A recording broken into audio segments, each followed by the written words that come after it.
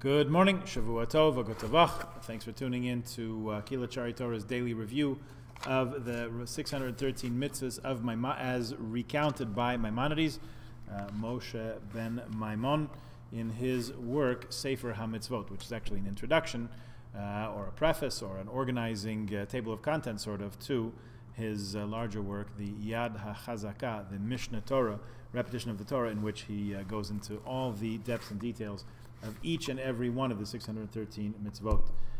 We're up to prohibition number 230. We're forbidden from demanding payment for debts after the sabbatical year. So another feature of the Shemitah year, of the sabbatical year, of which we are in one right now, is that debts are supposed to be canceled. In other words, you're not supposed to, we are enjoined. We had this in the positive mitzvah side. We're supposed to forgive all debts that are held by the, some say beginning, some say the end of the sabbatical year, of the seventh year, and to such an extent that we're forbidden to demand payment for those debts after the conclusion of the sabbatical year. In other words, if it's released, it's released. If you forgive someone their debts, you forgive their debts. Furthermore, or in a continuation of that, the following negative commandment, Mitzvah 231, Prohibition 231, we are forbidden to withhold a loan which is going to be canceled by the sabbatical year. So someone asks you for a 3-year loan of however many shekels it is in year 5 of the cycle, and you're thinking to yourself, if let's say they stay on payment, by the time the sabbatical year comes around, I'm not going to get my last third of payment there. So you know what? Forget it. I'm not giving the loan.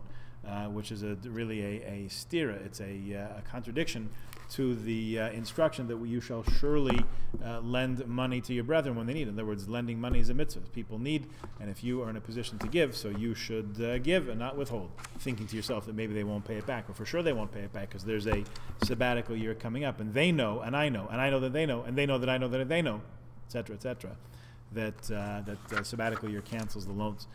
So you're not supposed to do that. We're prohibited from extending a loan, even though there may be a sabbatical year and the attendant forgiveness of loans coming up. Now, you'll say, how does the Jewish financial system work if you can't claim those debts, and if you can't withhold, and if you must extend the debts?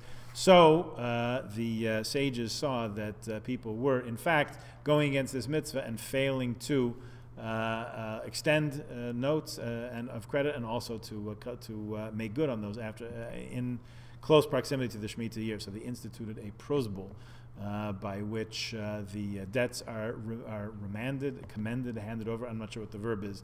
Handed over to the Beit Din, and the Beit Din becomes the arbiter of these debts, and they can in fact be collected afterwards. So interesting mechanism by which we can both observe the Torah and can also the economy, the internal Jewish economy, can work properly as it should.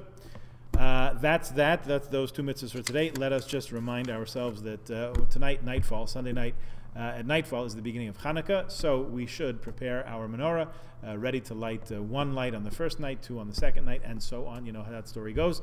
Also, in our Birkat HaMazon, when you say the grace after meals, and in your davening, that's every davening of each day, Ma'ariv and Shachris, the morning prayer, and Mincha, the afternoon prayer. We include Al HaNisim, the prayer of Al HaNisim, for the miracles that God wrought for our ancestors in those days at this time in those prayers, and also on Musaf on Shabbos, and also on Musaf on Rosh Chodesh, of which there is a 2-day Rosh Chodesh coming up in a week. So there, remember to put in Al HaNisim, and we should continue to see miracles, salvations, deliverances, all the wonderful things, wonders and miracles that God is willing to have wrought for the Jewish people. And we should appreciate it, and we should make the most of it. Have a good day.